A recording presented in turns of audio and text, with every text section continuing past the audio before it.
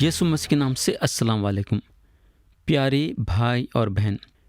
اس سے پہلے ہم یوحنا کی انجیل باب 4 اور اس کی آیت 30 سے غور کرنا شروع کرے تھے اور باب 4 کو ختم کرے اور باب 5 اٹھائے اور اس کے پہلے 5 آیتوں پہ غور کرے۔ آج ہم آیت 6 سے غور کرنا شروع کریں گے اور پڑھیں گے آیت 6۔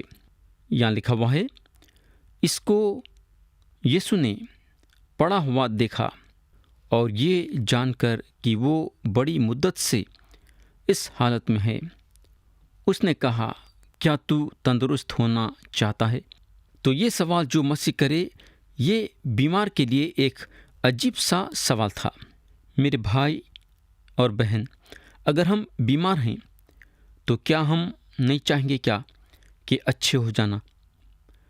کوئی بھی بیمار اپنی بیماری میں مبتلا رہنا نہیں چاہتا، اور یہ آدمی بھی شفا پانا چاہتا تھا۔ مگر خداوند اس کو یہ سوال 2 وجہوں سے کرے۔ پہلی وجہ یہ تھی کہ یہ آدمی کے دل میں امید پیدا کرنا۔ یہ آدمی کی جو حالت تھی بدتر تھی، یہ آدمی کے اندر امید نہیں تھی، اور جو امید کی روشنی یہ آدمی میں تھی اس کے زندگی سے نکل گئی اور بالکل مایوس ہو گیا تھا۔ تو یہ پہلی وجہ ہے۔ اب دوسری وجہ یہ ہے، اور یہ بہت ہی ضروری ہے، یہ وجہ کو جاننا ہمارے فائدے کے لیے ہے۔ وجہ یہ ہے کہ مسیح اس کے آنکھ وہ ہوش پہ سے ہٹا دینا چاہتے تھے۔ مسیح چاہتے تھے کہ یہ آدمی ہوش کے طرف نہیں دیکھنا بلکہ ان کے طرف دیکھنا۔ میں جہاں تک سوچتا ہوں، یہ آدمی کسی پہ بھی غور نہیں کر رہا ہوں گا جو ہوش کے پاس آتے تھے۔ انہیں کسی کو بھی نہیں دیکھتا تھا، بلکہ اس کی آنکھ ہمیشہ ہوش کے طرف رہتی تھی۔ تو ہمارے خداوند شروع کرے سو کرے ایک سوال کے ساتھ شروع کرے، کیا تو تندرست ہونا چاہتا ہے؟ میں یقین کرتا ہوں کہ جب مسیح یہ آدمی سے سوال کرے تو انہیں لامحالہ ان کو دیکھا ہوگا کہ کون ایسا سوال کر سکتا ہے۔ تو یہ آدمی کا جواب تھا، ہاں، میں تندرست ہونا چاہتا ہوں۔ مگر یہاں یہ آدمی مسیح کے سامنے اپنی مجبوری کو رکھا۔ اس کی کوئی بھی مدد نہیں کرتا تھا اس کو حوض میں ڈالنے کے لیے۔ میرے بھائی، آج کئی لوگوں کی یہ حالت ہے جیسا یہ بیمار کی تھی، جو حوض کو دیکھ لیتے ہوئے پڑا تھا، یہ انتظار دیکھ لیتے ہوئے کہ کچھ نہ تو کچھ ہوگا۔ ہم کو معلوم ہونا چاہیے کہ ہم سب کے یہ حالت ہے، ہم انتظار کر رہے ہیں۔ تھوڑی دیر کے لیے لوگوں کے بارے میں سوچو جو کلیسیا میں شامل ہیں، یہ انتظار کر لیتے ہوئے کہ بڑے بڑے کام ہمارے کلیسیا میں کب ہوں گے۔ لوگوں کی آنکھ بڑے کاموں پہ یا بڑے نشانوں پہ ہے، مگر مسیح پہ نہیں۔ یہ لوگوں کی ایک بہت بڑی کمزوری ہے۔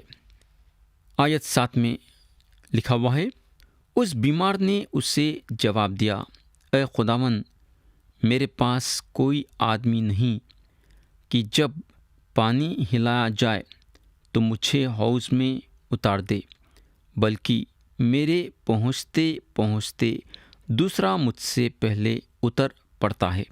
پیارے بھائی اور بہن، یہ کتنی دکھ کی بات ہے، آپ سوچ سکتے۔ یہ غریب، لاچار، نا امید، بنا گھر والا، اکیلا آدمی واقعی میں یہ بول رہا ہے کہ کیا میں تندرست بنایا جا سکتا ہوں؟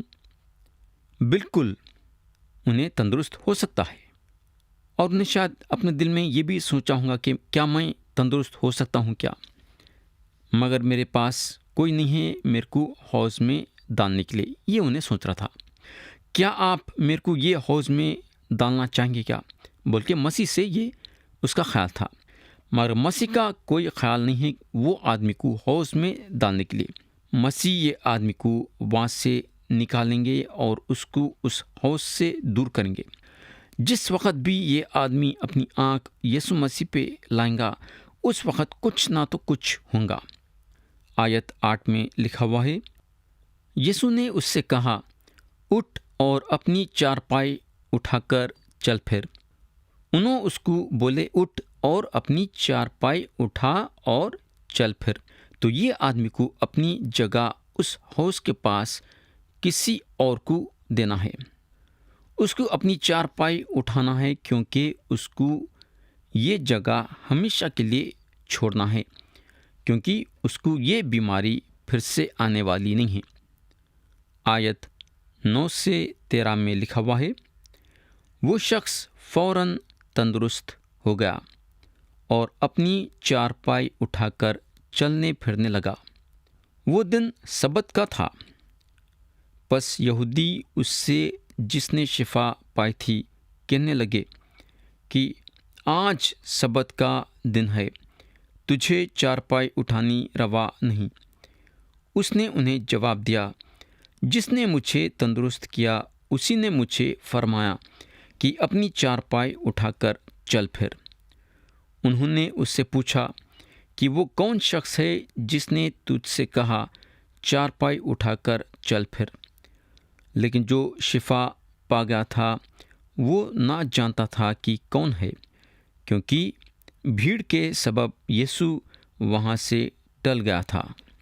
تو یہ آدمی مسیح کے ذریعے سے شفا پایا، مگر یہاں دوسری چیز یہ ہوتی ہے کہ جو دشمن ہیں یہ آدمی کو ڈانٹتے ہیں، کیونکہ انہیں سبت کے روز اپنی چارپائی اٹھا لے کے پھر رہا ہے۔ مگر ہم کو معلوم ہونا چاہیے کہ اس کا چارپائی اٹھا لے کے پھرنا یہ ثابت کر رہا تھا کہ انہیں پوری طرح سے شفا پا گیا ہے۔ یہ چارپائی اس کے لیے ثبوت تھی کہ انہیں شفا پایا ہے۔ کیا آپ سوچ سکتے ہیں کہ یہ مذہبی بزرگ کتنے عجیب قسم کے تھے کہ غصے میں آ گئے، کیونکہ یہ آدمی اپنی چارپائی سبت کے روز اٹھا لے کے پھر رہا تھا۔ آیت 14 سے 16 میں لکھا ہوا ہے، ان باتوں کے بعد وہ یسوع کو ہیکل میں ملا۔ اس نے اس سے کہا، دیکھ تو تندرست ہو گیا ہے، پھر گناہ نہ کرنا، ایسا نہ ہو کہ تجھ پر اس سے بھی زیادہ آفت آئے۔ اس آدمی نے جا کر یہودیوں کو خبر دی کہ جس نے مجھے تندرست کیا وہ یسوع ہے۔ اس لیے یہودی یسوع کو ستانے لگے، کیونکہ وہ ایسے کام سبت کے دن کرتا تھا۔ ایک آسان سے چیز یہاں کیا ہوئی بولے تو ہمارے خداوند اس کو بیت حسدہ ہاؤس کے پاس شفا دیے، یعنی جسمانی شفا، مگر اس کے جان کو مسیح جو ہے ہیکل میں شفا دیے۔ گناہ کے وجہ سے یہ آدمی مصیبت میں آ گیا تھا، تو سب سے پہلے اس کو ایک صحت بھرا جسم ملا، اور اس کے بعد اس کو ایک صحت بھری جان ملی۔ میرے بھائی، انہیں مسیح کو جانا، اس کے بعد انہیں بول سکا کہ مسیح کون ہے۔ یہ بیمار حوض کے طرف دیکھتے ہوئے انتظار کر رہا تھا، اور ایک دن یسوع مسیح خدا کا برا وہاں آئے اور اس کو دیکھے۔ اس کے بعد یہ آدمی ان کو دیکھا۔ سب سے بڑی بات یہ غور کرنے کی ہے کہ وہ حوض کے پاس بھیڑ کی بھیڑ تھی، مگر ان لوگوں کو شفا نہیں ملی۔ آج بھی کئی لوگ ہیں جن کو نجات نہیں ملی ہے۔ کیا یسوع مسیح ان لوگوں کو بچانا نہیں چاہتے ہیں کیا؟ میرے بھائی، بالکل بچانا چاہتے ہیں، مگر یہ لوگ اپنی نظر یسوع مسیح پہ نہیں رکھ رہے۔ ان لوگ بس انتظار کر رہے ہیں، یہ ارادے سے انتظار کر رہے ہیں کہ کچھ نہ تو کچھ ہوگا۔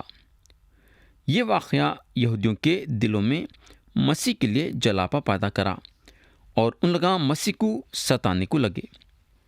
آیت 17 میں لکھا ہوا ہے، لیکن یسوع نے ان سے کہا کہ میرا باپ اب تک کام کرتا ہے اور میں بھی کام کرتا ہوں۔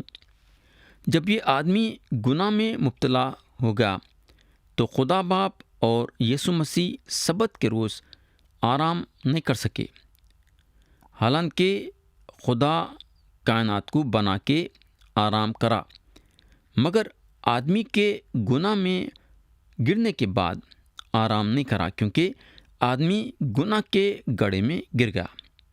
آیت 18 میں لکھا ہوا ہے، اس سبب سے یہودی اور بھی زیادہ اس کے قتل کرنے کی کوشش کرنے لگے کہ وہ نہ فقط سبت کا حکم توڑتا بلکہ خدا کو خاص اپنا باپ کہہ کر اپنے آپ کو خدا کے برابر بناتا تھا۔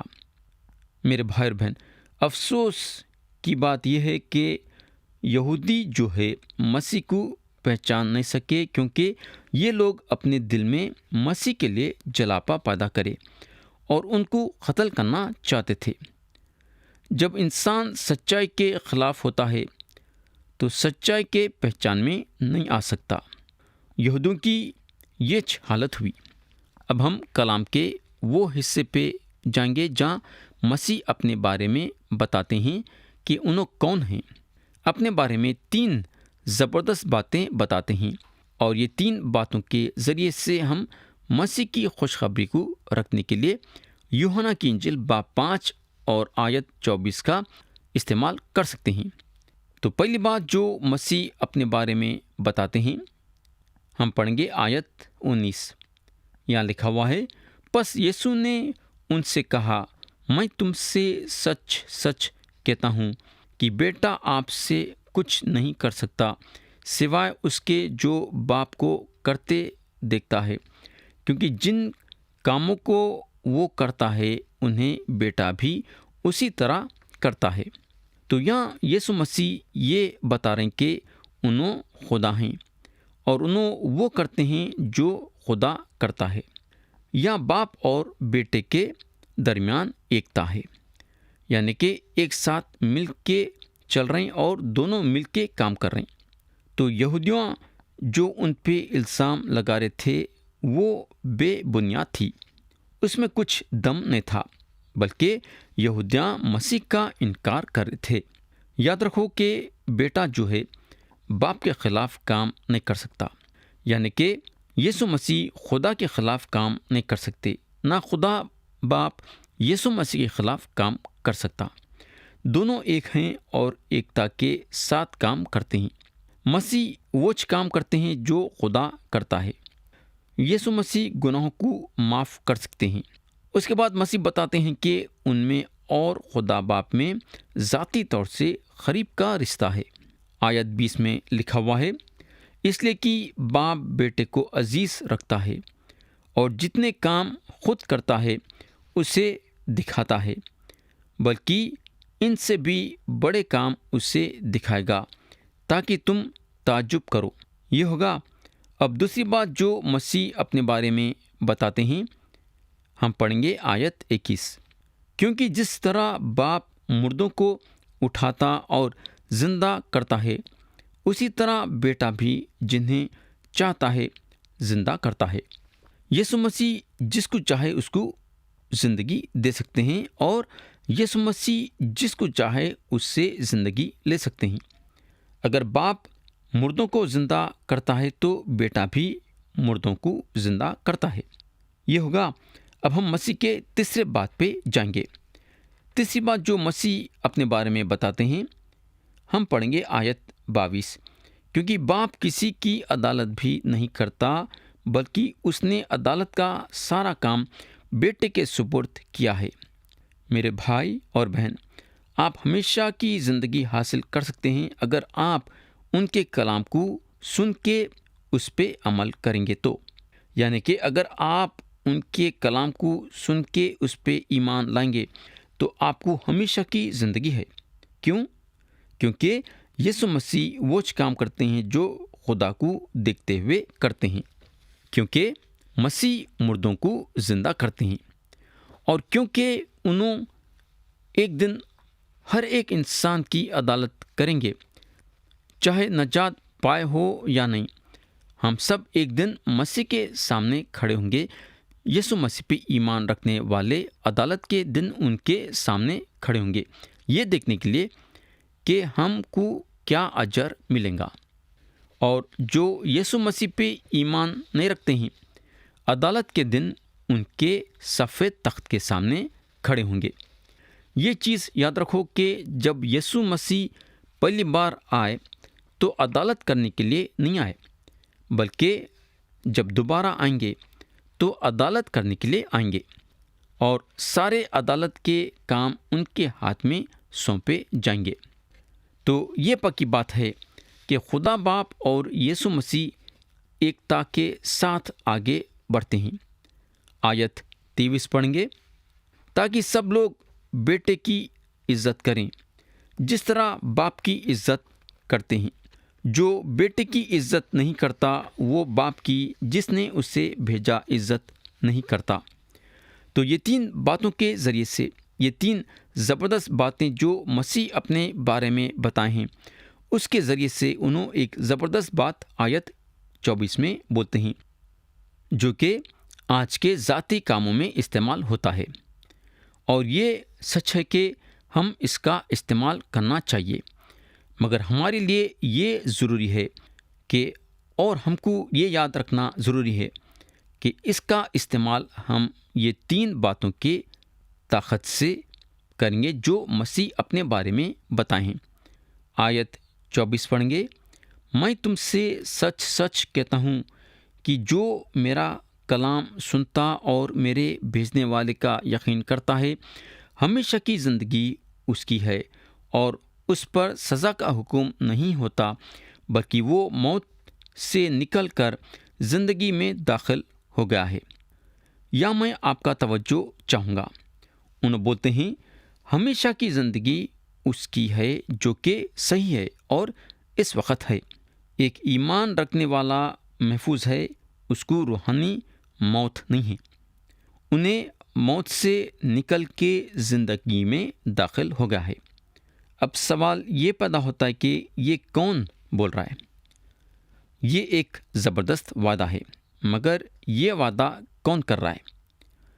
یہ بات جاننا بہت ہی ضروری ہے۔ مسیح کی یہ بات زبردست ہے جب انہوں بولتے ہیں جو میرا کلام سنتا اور میرے بھیجنے والے کا یقین کرتا ہے، ہمیشہ کی زندگی اس کی ہے، اور اس پر سزا کا حکم نہیں ہوتا، بلکہ وہ موت سے نکل کر زندگی میں داخل ہو گیا ہے۔ میرے بھائی اور بہن، یہ کون بولا ہے؟ مسیح اپنے بارے میں 3 باتیں بتائیں ہیں جو یہ آیت کی بنیاد ہے۔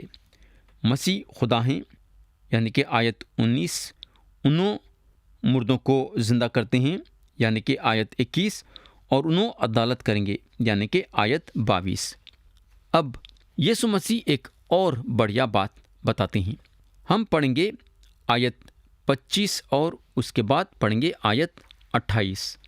تو ہم آیت 25 پہلے پڑھیں گے۔ میں تم سے سچ سچ کہتا ہوں کہ وہ وقت آتا ہے، بلکہ ابھی ہے، کہ مردے خدا کے بیٹے کی آواز سنیں گے، اور جو سنیں گے وہ جئیں گے۔ اب ہم آیت 28 پڑھیں گے۔ اس سے تعجب نہ کرو، کیونکہ وہ وقت آتا ہے کہ جتنے خبروں میں ہیں اس کی آواز سن کر نکلیں گے۔ اب سوال یہ پیدا ہوتا ہے کہ مسیح کا مطلب یہاں کیا ہے جب انہوں آیت 25 میں یہ بولتے ہیں کہ وہ وقت آتا ہے بلکہ ابھی ہے؟ اس کا مطلب یہ ہے کہ جو آنے والا وقت ہے اس میں ہم ہیں۔ آیت 28 صاف صاف ظاہر کرتی ہے کہ وقت ابھی نہیں آیا ہے، مگر وقت آتا ہے۔ یہ سارے باتوں کی ایک بات یہ ہے کہ ہم ایسے وقت میں جی رہے ہیں جو کہ وقت کے طرف بڑھ رہا ہے، جہاں مردے خدا کے بیٹے کی آواز سنیں گے، اور جو سنیں گے وہ جئیں گے۔ اگر ہم وہ وقت میں ہیں جو وقت آتا ہے، تو پھر انہوں کیا مطلب رکھے ہیں کہ ابھی ہے؟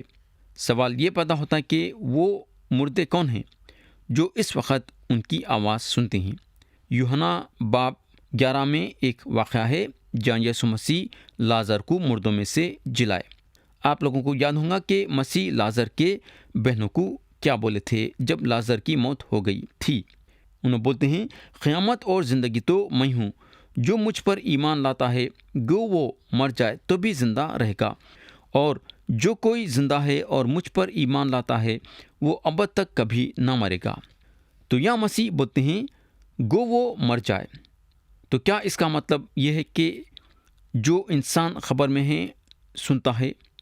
نہیں، یہ جو ہے روحانی موت کے بارے میں بات ہو رہی ہے۔ موت کا مطلب یہ ہے کہ خدا سے الگ ہو جانا۔